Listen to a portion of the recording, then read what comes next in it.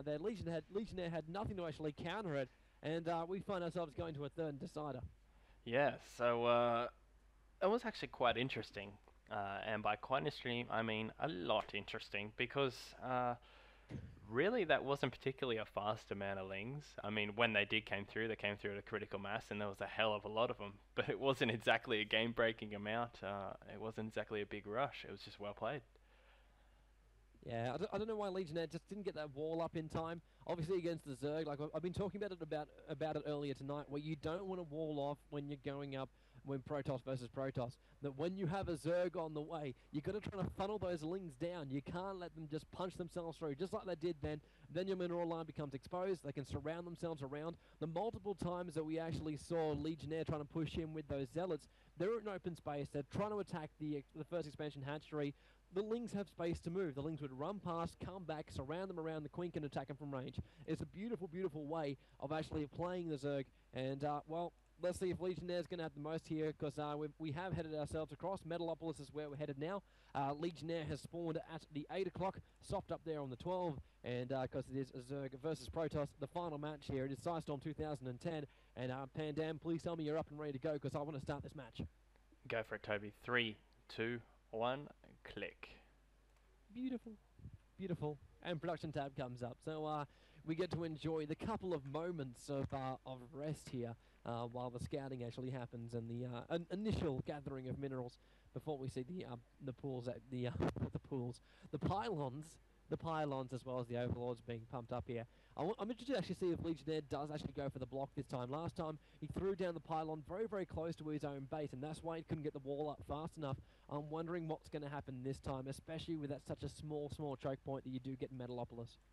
Yeah, well, he did. He actually did have the wall up in time, but it was sort of useless because of how many links came through. He had that gateway and cybercore holding it off. But yeah, it's just a good timing attack. He just wasn't expecting it to come at that time. He expected it much earlier or much later, so it worked out quite well for soft on that time. But here we go. We're just nothing really interesting happening now. It's just the fact that Zerg player know that they aren't spawning 12 and 2. He's going to find out very shortly that it's 12 and 8. And first gateway down for Legionnaire. He's going to walk out and pretty much straight away guess that he's up there. Yeah. So they both know where each Changes other the are. pathing instantly. Yeah. Love it. Yeah, they know where each other are straight away. That's basically just how this one's going to go. And instantly, Soft is set his overlords to position one outside the natural, and one's on his way over to see the back of Legionnaire's base, which is two good positions. A lot of people don't actually use their overlords, Toby. Fast expand, I might add, for the Zerg. A lot of people don't use the overlords for actually just vision around the map. They sort of only think of it as, oh, I'll put a little creep here because that helps, or I'll put this there, blah, blah, blah. You can use it to protect drops, you can use them for all sorts of different things. So good to see Softy using it for that. Spawning pool, fast expand, no gas. Gas just coming up now. Because you say no gas and he has to build it instantly. It's like he's listening into the cars. It's beautiful. Except for off replays, obviously the guys have no idea what we're saying. I'm interested to see what Legionnaire's going to do this time around. He's like sending his probe up there to harass the hatchery down a little bit. It's not going to do much. And one drone can easily harass that probe off. But this is what happened last time. Exactly the same timing here from Soft. He's going to go for that first expansion. Try and pump off those lings nice and early. Cybernetics core is now completed. And the Zealot is up and will be in place. He can lock off that ramp, and I want to see this happen. 2 Zealots, in fact, that you're going to produce to try and lock off the ramp, but I want to see those Stalkers. Is there a Cybernetics core coming up? No, there is not. As I say, that Yes, pylon going down. So, sorry, Cybernetics core is going up. I'm completely blind. It's that big blue thing that's actually creating itself on the ramp. The massive thing on the ramp. Yeah, yes. Sorry, easy to miss. Very, very easy to miss.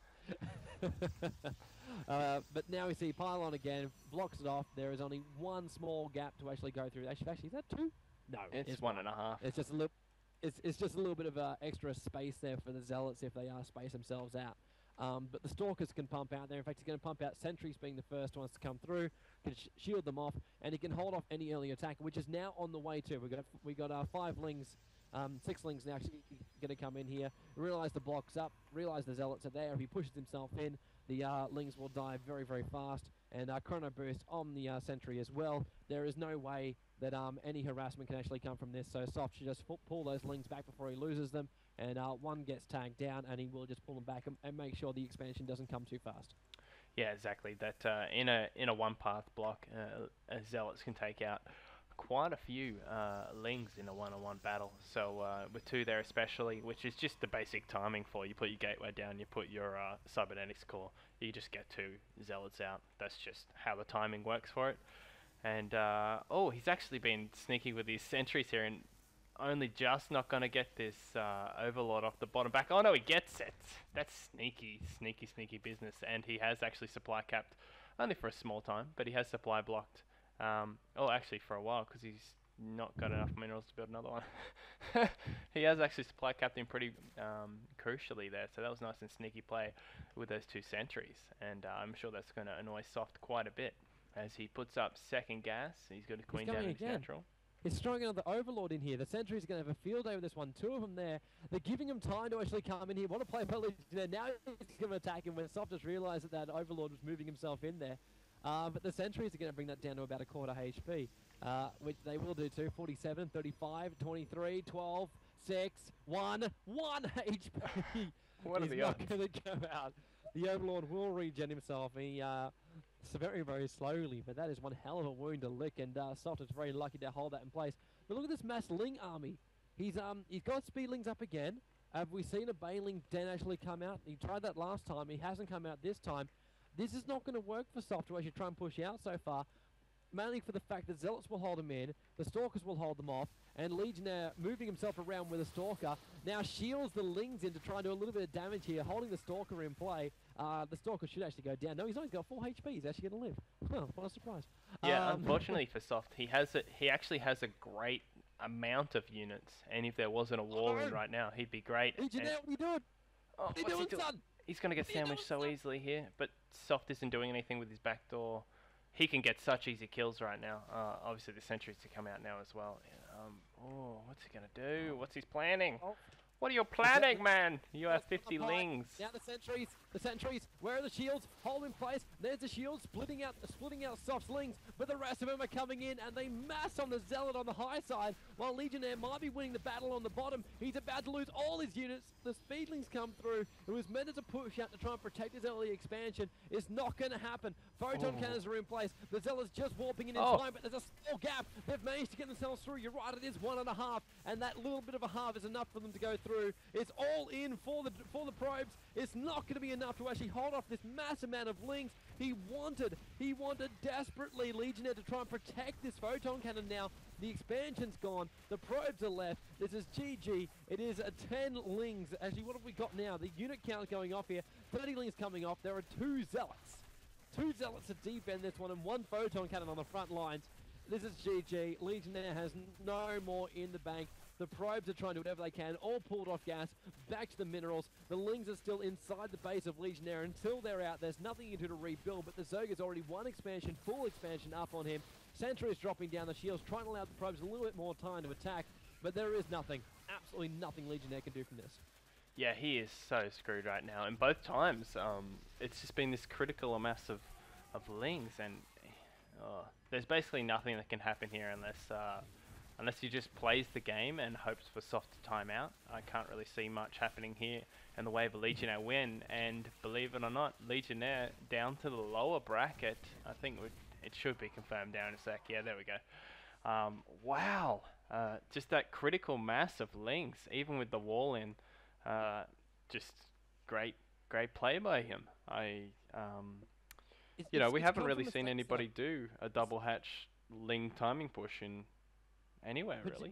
But there was no response. There was no response that Legionnaire could think of. The expansion came out. He pumped out a couple of Zealots. But both times he felt the need to move out, attack that hatchery.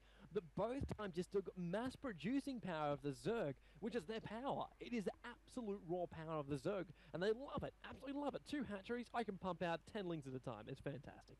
But you gotta be careful of that one. And both times Legionnaire got baited out to attack.